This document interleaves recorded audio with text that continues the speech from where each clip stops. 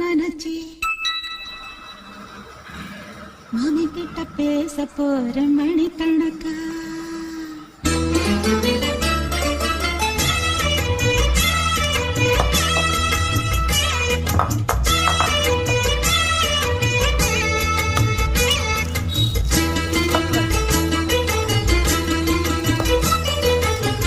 புது வளையல அரைச்சி